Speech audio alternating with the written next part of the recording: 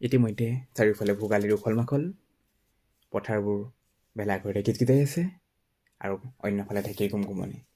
তাৰ মাজতে আপোনালোকৰ পৰীক্ষাৰ কাউণ্টডাউন ইতিমধ্যে আৰম্ভ হৈ গৈছে। প্ৰিয় ভিউৱাৰ্ছসকল, কুইজিং অসমলৈ পুনৰবাৰ মই বিশ্ব স্বাগতম জনাইছোঁ। আপোনালোকৰ পৰীক্ষাৰ গতি ত্বৰান্বিত কৰিবলৈ আজি অন্য এটা ভিডিঅ' লৈ আহিছোঁ আৰু আজি ভিডিঅ'ৰ বিষয় পৰিৱেশ। মূলক পৰীক্ষাৰ লিখিত প্ৰশ্ন কাকত এখনত সততে পৰিৱেশৰ 2-3টা প্ৰশ্ন অহা দেখা যায় আৰু তেনে কেইটামান পৰিৱেশ সম্পৰ্কীয় কেইটামান বিষয়বস্তুৰে আজি ভিডিঅ'টো সজোৱা হৈছে। তেতে আহক আজি ভিডিঅ'টো আৰম্ভ কৰোঁ। কুৱেশ্যন নম্বৰ 1, যাদৱ পায়েং মেক্সিকোৰ কোনটো সংস্থাৰ সৈতে গছ ৰোপণৰ বাবে চুক্তিবদ্ধ হৈছে? আৰু ইয়াৰ উত্তৰ হ'ল এছটেকা ফাউণ্ডেশ্যন।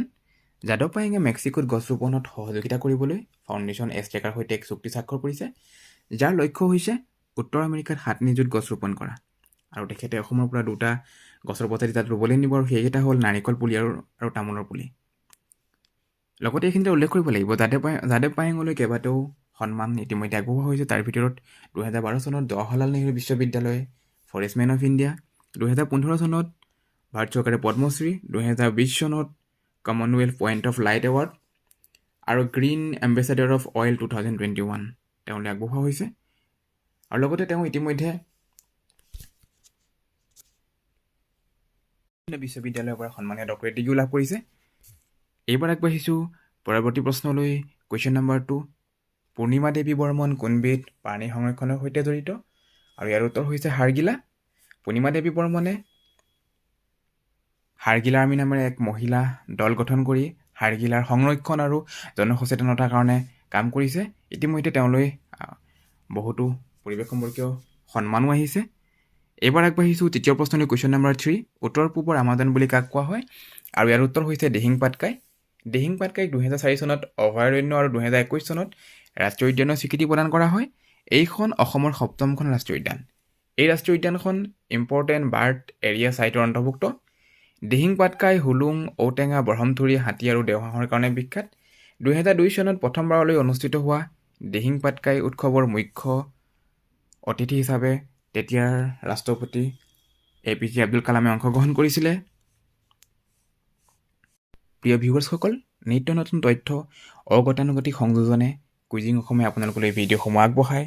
কুইজিং অসমৰ লক্ষ্য হ'ল তথ্য প্ৰদান কৰা আৰু প্ৰতিটো উত্তৰৰ সৈতে আমি অতিৰিক্ত ইনফৰ্মেশ্যন শ্বেয়াৰ কৰোঁ, যাতে আপোনালোকৰ সফলতাৰ কিঞ্চিত হ'লেও বৰঙণি আগবঢ়াব পাৰোঁ। অতিৰিক্ত অত্যাধিক আৰু অতি প্ৰয়োজনীয় বিষয়বস্তু জানিবলৈ শিকিবলৈ আপোনালোকে কুইজিং অসমৰ ভিডিঅ'সমূহ চাওক।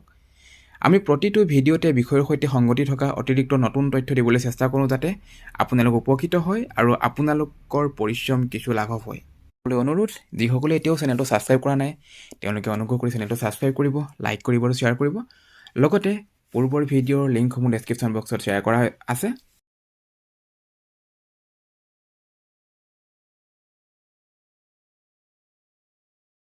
পৰৱৰ্তী প্ৰশ্নলৈ। Question number 4, ecology is permanent economy কাৰ বাণী? আৰু ইয়াৰ উত্তৰ হৈছে সুন্দৰলাল বহুগুণা। পৰিস্থিতিতন্ত্ৰ স্থায়ী অৰ্থনীতি, এইটো চিপকো আন্দোলনৰ মূল বাণী আছিলে। চিপকোৰ অৰ্থ হ'ল সাৱটি ধৰা। 1974ত উত্তৰাখণ্ডৰ চামোলি জিলাত চিপকো আন্দোলন আৰম্ভ কৰিছিলে সুন্দৰলাল বহুগুণাই, আৰু তেওঁৰ সহযোগী আছিল চান্দি প্ৰসাদ ভাট।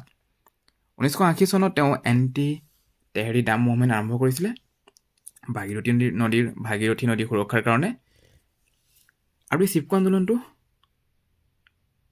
পৰিৱেশৰ সৈতে জড়িত এটা ভাৰতবৰ্ষৰ সৰ্ববৃহৎ আন্দোলন। চিপকো মানে হ'ল সাৱটি ধৰা, আৰু চিপকো আন্দোলনৰ সৈতে 5টা F জড়িত হৈ আছে। এটা F হ'ল food, fodder, fibre, fuel and fertiliser. আন্দোলনৰ প্ৰধান স্ৰষ্টা সুন্দৰলাল বহুগুণাৰ মৃত্যু হৈছে। গতিকে এক্সাম পইণ্ট অফ ভিউৰ পৰা এইটো পৰিৱেশৰ প্ৰশ্ন অহা যথেষ্ট সম্ভাৱনা আছে। এইবাৰ আগবাঢ়িছোঁ পৰৱৰ্তী প্ৰশ্নলৈ। কুৱেশ্যন নম্বৰ 5, ভাৰতীয় বন গৱেষণা সংস্থাৰ মুখ্য কাৰ্যালয় ক'ত আছে? আৰু ইয়াৰ উত্তৰ হ'ল ডেৰাডুন। আৰু ডেৰাডুনত 1906 চনতেই ভাৰতীয় বন গৱেষণা সংস্থাৰ মুখ্য কাৰ্যালয় স্থাপন কৰা হৈছিল। এইবাৰ আগবাঢ়িছোঁ পৰৱৰ্তী প্ৰশ্নলৈ। কুৱেশ্যন নম্বৰ 6, 1953ত ৰাষ্ট্ৰীয় বন নীতি অনুসৰি দেশৰ ভূমিভাগত কিমান শতাংশ অৰণ্য থাকিব লাগে? আৰু ইয়াৰ উত্তৰ হৈছে 33%, 33%। নেশ্যনেল ফৰেষ্ট পলিচি অনুসৰি ভৈয়াম অঞ্চলত 33% আৰু পাহাৰীয়া অঞ্চলত 67% বনানী থাকিব লাগে। এবাৰ আগবাঢ়িছোঁ পৰৱৰ্তী প্ৰশ্নলৈ 2021 চনৰ পৰিৱেশ দিৱসৰ মূল বাণী কি আছিলে ইয়াৰ মূল থিম কি হয় আৰু ইয়াৰ উত্তৰ হৈছে ইক'চিষ্টেম ৰিষ্ট'ৰেশ্যন